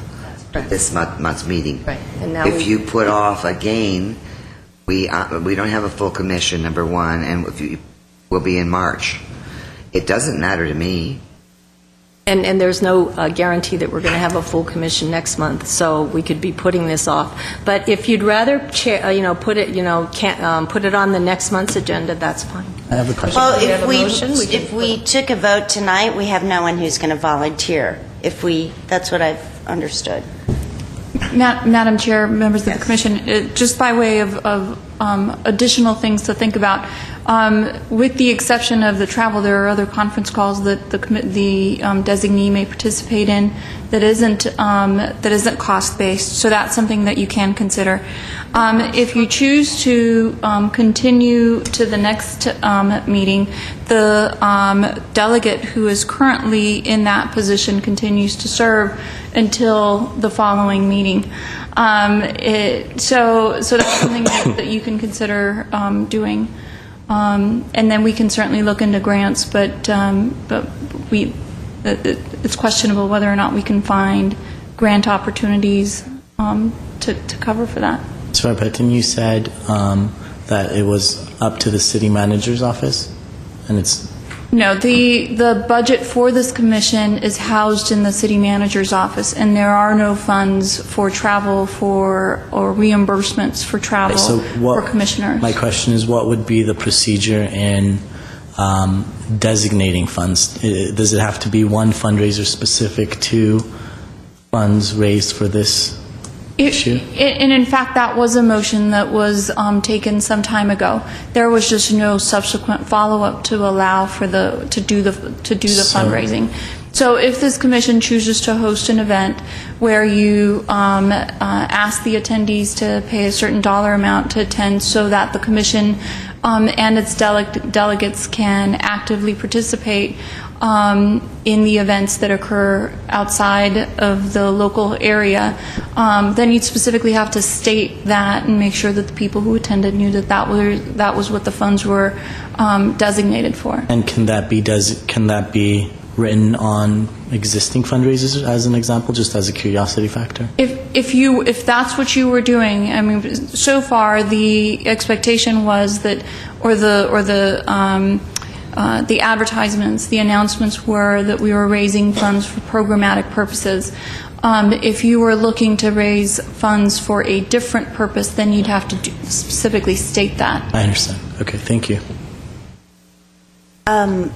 Knowing that we have two of these that are teleconferences where there's no cost, Chair Devine, if you want to take a vote, maybe it's split. Take a vote on what? Well, first we have to have volunteers. I'm sorry. All I'm asking for is volunteers. If we have no volunteers, we can either table this until next month, until we have possibly a full commission, or we can just not have delegates. That's all. We can do that as well. And are the... I don't know. Is it on our calendar? Ms. Chair Devine? Devine, members of the commission, the specific date hasn't been confirmed. Just based on past history in your calendars, It would be it in April, is... March or April. I have it in June. I have one in June, but I am not sure. That's the one that might be in Sacramento. Sacramento, yes, actually. And then the two... Save the state, Yes. right? Yeah, they would schedule either a march or a day on Capitol Hill, yeah. And then there'd be two conference calls at the second two quarters. So do I have a motion on either on tabling this until the next time? Or do I have no volunteers, so do you want to table it till next time and with a full commission and see if Commissioner Tostian will volunteer, or? Who's the volunteer now? I am the delegate, and Vache, Mr. Tostian, is the alternative. Want to do a conference call? I did one, and my only hesitation is that I couldn't attend 2 of the 3 meetings they had, so I don't want to, volunteer and then not be able to make the meetings. That's my only concern. It makes sense. Okay, then do I have a motion to table this until next? I'm going to make next that month? motion. Do I have a second? I will second. Okay, next item, please. Is there concurrence on that? Is there, yes, there is. Got it? Yes. Sorry? Yes. Thank you. At 3 is discussion regarding the proposed elimination of the California Commission on the Status of Women by Governor Jerry Brown. And at 8 is a resolution opposing the elimination of the California Commission on the Status of Women by Governor Jerry Brown. Have a report, please. Certainly. Chair Devine, members of the Commission, the California Commission on the Status of Women is a nonpartisan state agency, and they are charged with promoting equality and justice for all women and girls by advocating on their behalf with the governor, the legislator, and other public policymakers, and by educating the public in areas of economic equity, including educational equity, access to health care, violence against women, and other key issue areas identified by the Commission as significantly affecting women and girls. The California Commission, which has been in existence since 1965, is comprised of 17 volunteer commissioners and 2 paid staff members. They are entitled to a maximum of 12 per diem meetings annually. The California Commission has been granted the following powers and authority.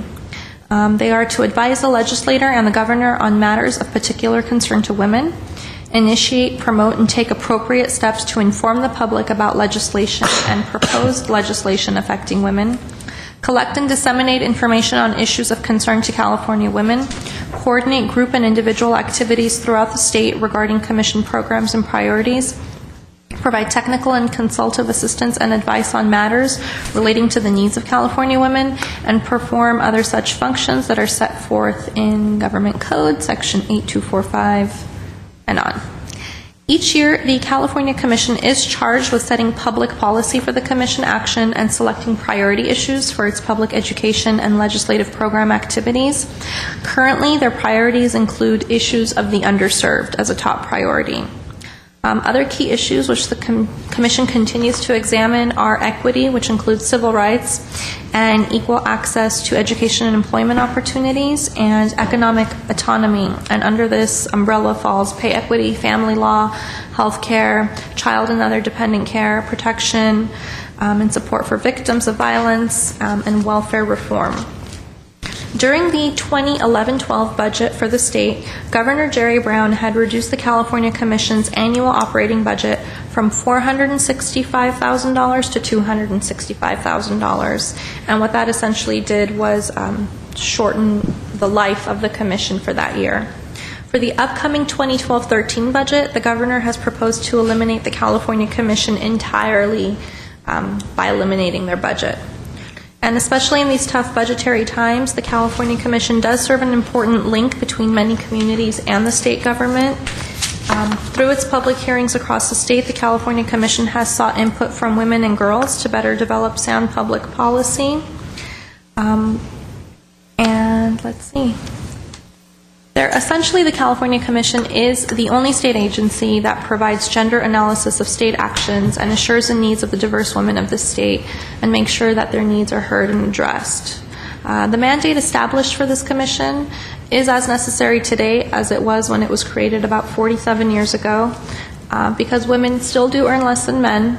They do remain underrepresented in many professions, hold fewer leadership positions, and are taking the largest financial hits in raising families in a time of dwindling resources. As the funding of the California Commission serves as a voice for the 19 million women of this state, staff respectfully recommends that the Commission provide direction regarding this proposed resolution. Okay. Any comments from fellow commissioners?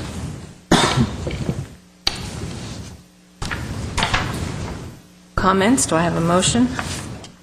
I'd like to make a motion to send this resolution to Governor Jerry Brown on behalf of the This is to ask for City Council Right. to... I'm sorry, Chair Devine, members of the commission, this is a resolution for the commission. At this time, first step would be to, for the commission to approve this resolution yourselves, and this would go to the governor's office as on behalf. One that's going to city council? No, Chair Devine, this one is, first step is for the commission to approve this resolution. Okay. And, I'm sorry, go ahead. Madam Chair, members of the commission, you have a couple of options. The first option is to adopt this resolution that you would then send directly to the governor's office. Your other option is to make a recommendation to the city council that they adopt a resolution. Can we do both? Or your third option is to do both. It was recommended at the ACCW meeting that we, all the commissions go to their city councils and ask for a resolution to be sent to the governor's office on behalf of the city. So I would just hope that maybe we could do that. And if you were to do that, then the process would be to make a recommendation to the city council that they do that, that they adopt a resolution, and staff can certainly facilitate that by drafting a report. But it's up to the city council, certainly the mayor and the council, to decide whether or not to adopt your recommendation and move forward with it. And to agendize it. Okay. So okay. would we- So then this is your yes. So would we go ahead with essentially your- have two resolutions sent to the governor, or just one being adopted by the city council? Commissioner Garza. I mean, if I wanted to make a motion for two, for both, for city council resolution and for ours, would there then be, would the city council then adopt our resolution? Would they Or- be the same? I guess your concern is that you don't want to send two separate resolutions, one from the commission and one Well, from council? actually, I think that would be just fine. It would be more impactful. Okay, and if that were the case, then you could take them separately. First, recommend a motion to adopt this resolution, and then separately move to make a recommendation to the city council that they do the same. Okay, and how do we feel about that as a commission? Well, Okay, well, then I would like to make a motion that we adopt this resolution as is and send to Governor Jerry Brown, and also ask our Glendale City Council to send a similar, if not the same, resolution also. I second. perfect. May there be roll, a discussion on that roll call. No. discussed before? Yes. Are we not overstepping our bound a bit? I think that we're happy with doing the resolution for the commission. I'm not so sure that we should tell the council what to do. We're not Never telling them, hurts to we're ask. asking them. We're No. going to suggest to them that they Suggesting. adopt a resolution or bring a resolution to their agenda, and then that will be sent Not to so sure that it should be necessarily ours, though, or this one. Ms. Farhadian. Madam Chair, members of the Commission, and Commissioner Burns, this is an advisory commission to the City Council, and it isn't outside the role of this commission to make recommendations to the City Council to take action on certain things, and that's been the practice of the Commission in the past on certain legislation and other types of things. They could certainly decide not to take your recommendation if they choose. I would agree, and also I think this is such a crucial time in our city, being that we have a female mayor, and that hasn't happened in quite some time, and I feel like it's a pertinent issue. You also, Chair Devine, said something about what the ACCW recommended, that they recommended this. Can you They're asking for us to do that. To Yes, do This that. is coming right from, and that's in my report, that they're asking this is one of the things that the local commissions, county commissions, city commissions can do to raise opposition to the elimination of the state commission. So is your motion still on the table? And do we have a Yes. second? I second. Yes. Roll call, Roll call, please. Commissioner Burns? Yes. Commissioner Garza-Vanyan? Aye. Vice Chair Miller? Yes. Chair Devine? Yes. So we will, the commission has then adopted a resolution opposing the elimination of the California Commission on the Status of Women by Governor Jerry Brown. Thank you all very much. Next item. At 4 is consideration and discussion of the donation of a tree by the Commission on the Status of Women for Arbor Day in Glendale.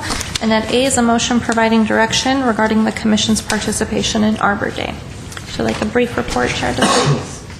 Chair Devine, members of the Commission, Glendale Beautiful, who organizes Arbor Day annually, is a civic nonprofit organization, and their primary purpose is to facilitate the beautification of Glendale and to preserve the community's early California heritage. Since its inception in 1950, Glendale Beautiful has continued to host the City of Glendale's Arbor Day. This year, Arbor Day will be observed at 10 a.m. on Tuesday, March 6th at the Casa Adobe de San Rafael Park in Glendale. And this year's Arbor Day is dedicated in memory of Larry Zarian, who has been a longtime member of Glendale Beautiful. Arbor Day does present the opportunity for the community to be a part of planting of trees to beautify the city of Glendale. And many individuals pay tribute to loved ones by donating a tree in their recognition. And this year's donations do help replace many of the trees that were lost during the recent windstorms. Special trees may be located in parks and library areas. They are available upon request. There's no promises made as far as where trees will be planted, but staff who coordinates the planting of the trees does do their best to accommodate requests. Donors are presented with a certificate at the ceremony, and then when the tree planting occurs at a later date, are invited to the planting of their donated tree. At this time, staff recommends any direction on this item. This was presented by Commissioner Burns, and take any questions. Thank you. Comments from the Commission? I have a motion. Yes, I'll make the motion to purchase a tree in memory of Larry Zarian, who is a good friend of the Women's Commission. Cost to not exceed $45, and that would be a 15-gallon tree. I will second that motion. Roll call, please. Commissioner Burns. Yes. Commissioner Garza-Banian. Aye. Vice Chair Miller. Yes. Chair Devine. Yes. Thank you. Item. At 5 is consideration and discussion of the 8th Annual Jewels of Glendale 2012 budget. And at A is a motion providing direction regarding the 8th Annual Jewels of Glendale 2012 budget. Would you like a report? Fine. As we all know, the upcoming Jewels event, which is the major fundraising event for the Commission, will be held on Thursday, May 5th, 2012 at the Oakmont Country Club in Glendale. No, I'm sorry, May 10th. I apologize. May 10th, 2012 at the Oakmont Country Club in Glendale. The nominations for the 2012 Jewels of Glendale Award are currently open. All interested parties and organizations are encouraged to nominate up to 2 women for consideration of the award. And these would be women who have overcome obstacles and serve as role models in this community after having gone through what they've gone through, and demonstrate exceptional strength, courage, and perseverance. In addition, for the 3rd year, the Commission will be awarding a GEM Award to a student. This would go to one outstanding high school senior, male or female, who is engaged in community service that reflects the core values and mission of the Commission on the status of women. And that's a $1,000 scholarship. The students must have a minimum grade point average of 2.5 and must be registering in an institution of higher education. It could be university, college, vocational school, academy, for the fall 2012 semester. Additionally, qualifying students must live in the city of Glendale, attend private school in the city of Glendale, or attend public school within the Glendale Unified School District. And the Glendale Unified School District its boundaries do fall outside of the city of Glendale in certain portions. And that would be okay. Adults within the community are encouraged to nominate students for consideration of this sponsorship. Nominations for both awards can be downloaded off the Commission website or picked up from the City Manager's office. And the deadline to submit these nominations for both awards is February 21st, which is next Tuesday at 5:30 p.m. Moving on to sponsorships for the Jewels of Glendale. For this event, sponsorship levels essentially remain the same as those of last year. And in order to raise money for the various programs of the Commission, it's important for each Commission member to try, in collaboration with the chair of the event, Commissioner Garsabanian, to attempt to secure sponsorships. In addition, Commissioner Burns would help coordinate those. A silent auction will be held for the Commission, and each Commissioner is encouraged to help secure donations for the silent auction. Sponsorship packets will be sent to previous sponsors and award winners and will also be posted on the Commission's website. The proposed budget for the 2012 Jewels of Glendale is attached as Exhibit 1 to the report. The cost to operate the Jewels luncheon is $12,275. This is given that the Commission has 250 attendees, and this includes individuals that would essentially get comped, that would be the winners, legislative offices, and the cost will increase if the number of attendees increases, as will the profit margin. And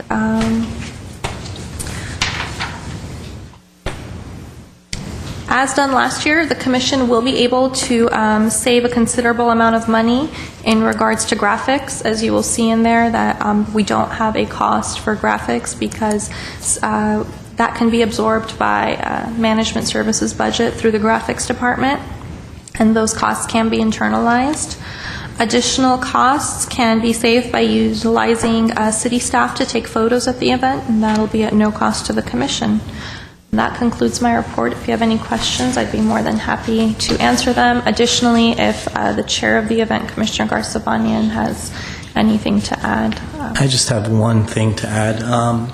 As for the GEM Award, it doesn't have to be anything that's very specific in community service. It doesn't have to be like a breast cancer event. It can be any event or community service that reflects, any helping of women or girls in our community,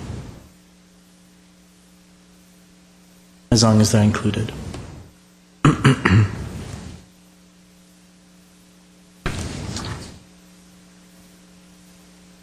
And as of today, do we have applications or nominations for any of the awards? Chair Devine, members of the Commission, we currently have one application for the Jewel Award. They usually flood in at the very Yes, at the last second. minute. And for the GEM Award, we have several. Good. We have several, I'd say, at least half a dozen, if not more, Okay, applications. good. Okay, and we may, do you think we should extend this till the beginning of March? Chair Other Devine, week? that is at the will of the Commission. We've extended the deadline in the past. Feel about that extending? We've extended the deadline in the past. It's certainly at your will. The only thing it does do is cut into the announcement of the Jewel winners and the printing of the invitations and mailing them out. But the event is May 10th, and should we... Well, Commissioner Garsabanian, since you're the chair, how do you feel about I personally think that? it would be a good idea to extend it. I mean, I know as long as you extend it, that the longer people will wait, but it just gives more people an opportunity. Want to make a motion to that? Sure. I'd like to make a motion to extend the nomination period for the Jewels of Glendale Awards and the GEM Award to, say, March 1st. Thursday, March Second. 1st. Roll call?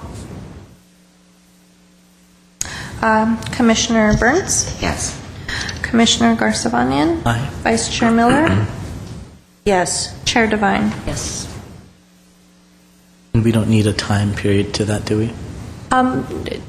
We can keep it at the same as it is now, which is end of day, if that's okay with the Commission. Can I just ask one question? Of course.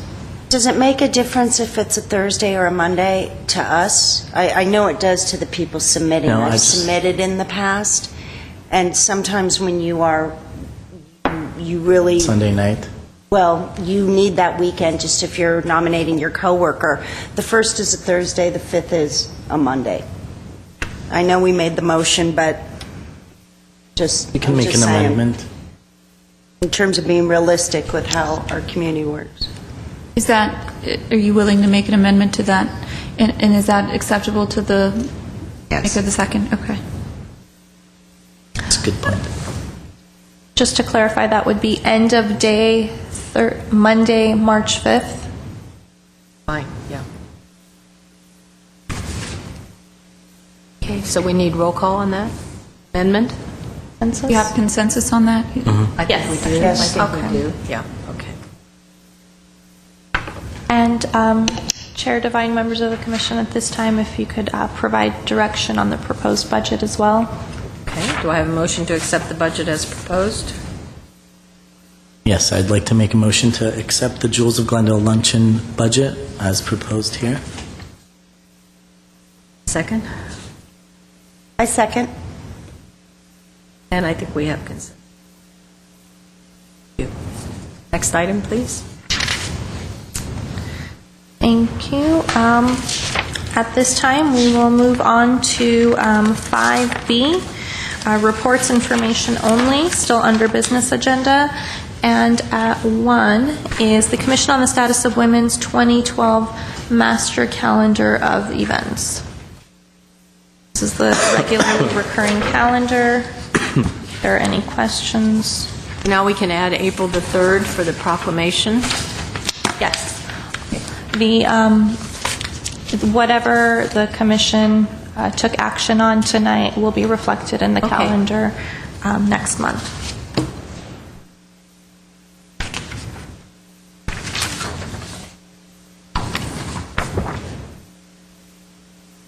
Okay, shall we note and file any corrections on this? Yes. Okay. Commissioner Burns? No, just yes. Oh, I haven't eaten. Need anything Any more? changes? No, I do not. Shall we note and file then? And I said yes. I'm sorry, And that's... if I can, just in pointing out this calendar, just point out as we're thinking and considering that June and October has the ACCW quarterly meeting. So we have time. Next item. At 2 is the final update on celebratory event to help promote the 2012 theme for the Commission on the Status of Women.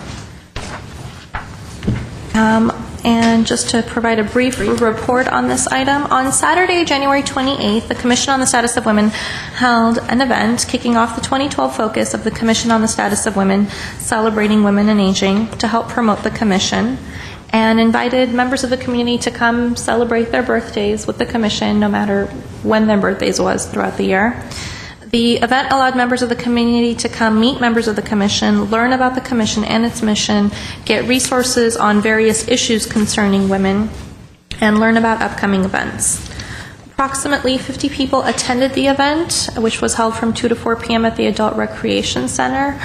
Attendees included representatives from various members of elected officials, which includes Senator Liu, Assemblymember Gatto's office, and Supervisor Antonovich's office, as well as Adam Schiff's office, Congressman Schiff's office, and our very own Assistant City Attorney and our City Manager. Those who attended the event were able to become better acquainted with the Adult Recreation Center as well and learn more about the diverse range of programming it provides. And as we all now know, cupcakes were provided from Goody Girls. And Annette Starbuck, owner of Goody Girls, offered the cupcakes at a discount as an in-kind donation. And in addition, small birthday gifts were given to the first 25 guests that arrived to the event, which were donated by Commissioner Burns. The Commission had approved an amount not to exceed $200 for this event, and the total cost was $118.06, which covered the cost of refreshments. That concludes my report. If you have any questions, comments. That was very good working with that budget. You're very good at that. Thank you very much. Saved us some money. Our pleasure. Very good. I thought it was a great event. It was well received, well attended, and we got a lot of letters for the State Commission in opposition of the elimination, and that raised awareness for that. It was very, very good. Great idea, Commissioner Burns. Why don't we do this again somewhere down the line up at Spar Heights? Great idea. We could do that. Except this time it'll be a cocktail hour. Okay. I don't think We'll take that under advisement. Yes, yes. Agendize, we can get that agenda. Because we're celebrating women. Okay. It was fun. I had a great time. I was really glad to see the representatives of our elected officials out, kind of saying something, I think, They're for very, the Women's Commission. they're very loyal to us and very supportive of this commission. All of them are. Item. At 3 is ACCW update, and this is an oral update that is provided by Chair Paula Devine of the, this was the weekend retreat, the annual retreat. Okay. So I attended the Association of California Commissions on Women on January 15th in Cambria. There were 20 delegates from commissions from San Luis Obispo, Santa Barbara, Santa Clarita, Contra Costa, Ventura County, LA City, Santa Clara, I could go on. And there also, it was the president of the NACW was in attendance. She's from Marin County. So that was really good. It was greatly attended meeting. We talked about the tax-exempt status of the ACCW, and that's moving along. They are recommending that we do a fundraiser for the ACCW. They're planning, they would like to host the National Association of California Commissions in 2013. And I don't know that we've had that in California for a while. So in order to raise funds for that, they're asking us to raise money for the ACCW as well as for the website and the information and conferences as well. So we're already in talks with Senator Liu's office and Seroptimus International of Glendale to do a LunaFest sometime in, I believe, April. So we'll bring that back on the agenda when we are finished organizing that. They want us to encourage all of you, those of you that are watching tonight and the commissioners here, to go to the website for the ACCW. It is accwomen.org, and all of the information about that organization is online, and you can see what's coming up and what they've been doing. Let's see, they're also proposing a statewide survey. A lot of commissions are being dropped these days for financial reasons. So they want to do a survey concerning what issues the commissions, women in our communities want the commission to look at, and what the expectations are. We were fortunate to have a woman, and her name was... see if I can find it here, Robin Letters, and she is an expert on questionnaires and analysis of studies. And she knows exactly taught us exactly how to write a questionnaire. And she's, since we had that lesson, San Luis Obispo Commission has volunteered to draw up the PDF survey, and then we can decide again at a later date if we want to participate and how we want to approach that. As I said before, the spring ACCW in June, Sacramento County wants to do it there, and perhaps, as I said, do a day on Capitol Hill or a march for the State Commission. And the big issue, of course, was the elimination of the State Commission, and so this commission is kind of tackling this problem on three ways. One is our letter campaign, and I've given all the commissioners letters. I've collected almost 100 of them, and the social that we had at the Adult Recreation Center was a great way of getting that information out to the community. All of the women that came signed the letter. Most of them were there because of that issue. And so that gave us a really good start. And so I hope that my fellow commissioners will take these letters that they have and have them signed at every meeting and every place you go where there are women that are interested in the State Commission. And it is the only voice of women in California, and it's very important that we try to keep it going. There's also an opportunity for donations, and if you'd like to make a donation, even $1, to keep the commission going because of the budget cuts, and you can get in touch with Ms. Baboumian for that address. And the last method is to make a phone call.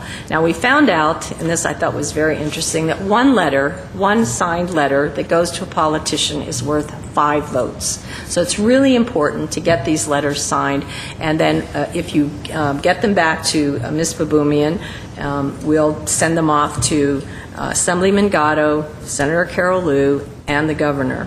And the phone calls, you can call the senator and the assemblyman, and you can also call the governor. And all you have to say is, my name is, and I am calling in opposition of the elimination of the California, the State Commission on the Status of Women. And that number is, and if you have a pencil, you can write it down, it's 916-445-2841. 916-445-2841. And that concludes my report on the ACCW meeting. Very important one. Next item. Thank you. At 6 is commissioner and staff comments. Okay. Let's see. Who wants to start? I knew I would. Sarkanian. I just wanted to say that I really enjoyed the event we held, the celebratory event, and I do think that we should have another one soon. And that's about it. Thank you. Okay. Mr. Garsalanian? I would like to wish everyone a happy Valentine's Day tomorrow. And that's not the reason why we're all wearing red. It's because of our theme for this month, which is heart. Exact name, what is that? Heart health. Heart health. And I wish everyone a happy heart tomorrow and throughout the year. Vice Chair Miller? And just adding on to what Commissioner Garfanian said, I would again just acknowledge to everyone that February is Heart Month and that you can do a lot of things to take advantage of having a healthy heart by joining the Downtown Dash, which takes place in March 11th, Daylight Savings Day. It's a great, great way to start the Daylight Savings, running that race. I also wanted to just point out that in the LA Times this weekend, just to give a shout out, because February is also Black History Month, that there was an article about an opera singer named Camellia Williams that broke down barriers and was actually believed to be the first African-American woman to appear in a major U.S. opera company, and she actually passed away, so just a thought to her family and for all she did to break down barriers for women and women of color. Mr. Burns? Yes, 2 things. Taking us outside of Glendale to Good Samaritan Hospital on March the 3rd. They're holding a women's wellness conference. The cost is $25 per person, registration at 9 and luncheon at 12. So that basically it's a morning event. Thing that drew me to it are the topics. Healthy aging, what it means. This is something that we've discussed. Modalities for age management, how to fight gravity, and Alzheimer's disease and women's health issues. Strategy to prevent and treat. And then I think I'll forget the 1140. It's a woman's best kept secret. And we'll keep it secret, and if we go, we'll find out what it is. The other thing is save the date, March 22nd, 6 o'clock in the morning. The Glendale Mayor's Prayer Breakfast is having its annual Actually, it's the 49th breakfast, and our keynote speaker will be A.C. Green. Thank you. Football player. I beg your pardon? Football player. AC Green. Football? A friend Football of player. someone. No. Okay. Singer? Staff, do you have any comments? Yes. Football. I have one announcement. I just would like to announce that the YWCA of Glendale is having its 15th annual Legacy Luncheon, and it will be held on Thursday, March 29th at the Oakmont Country Club from 11 a.m. to 1:30 p.m. And this year's honorees include one of our own here at the Commission, Paula Devine. Congratulations. Additional honorees include Fran Buchanan, Anita Quinones Gabrielian, Kathy Lefkowitz, and Monica Sierra. Okay, last but not least. Okay, let's see, where are my comments? This last month, Ann Kelly was here from Hands and Words Are Not for Hurting, if you can see the gifts that she gave us. She's the founder of Hands and Words Are Not for Hurting, and she did workshops all over the district. I attended one at the elementary school, Verdugo Woodlands, and then I went to Glendale High School. I learned much about the reception of the program from the different age groups. The elementary schools were delighted and very well prepared by the teachers for this program.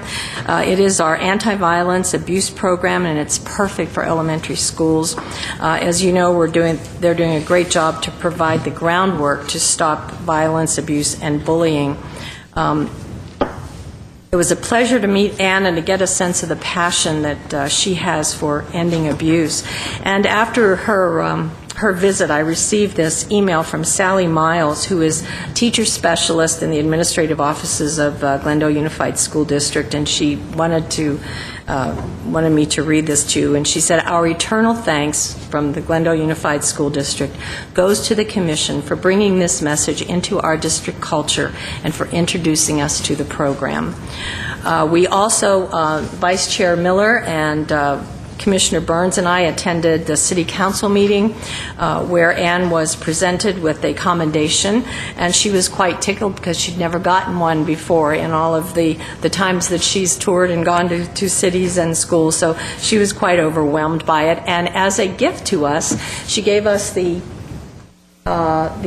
sign, the Hands and Words sign, and she also gave us 2 signs that have the pledge. And of course, the one is in English: "I will not use my hands or my words for hurting myself or others."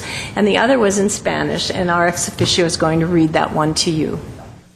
It says, "No usaré mis manos o mis palabras para lastimar otros o a mí mismo." Thank you. Beautifully done. I also had an experience on Saturday. I went to another meeting, and I was sitting next to a woman, and her name was Kim Westoff.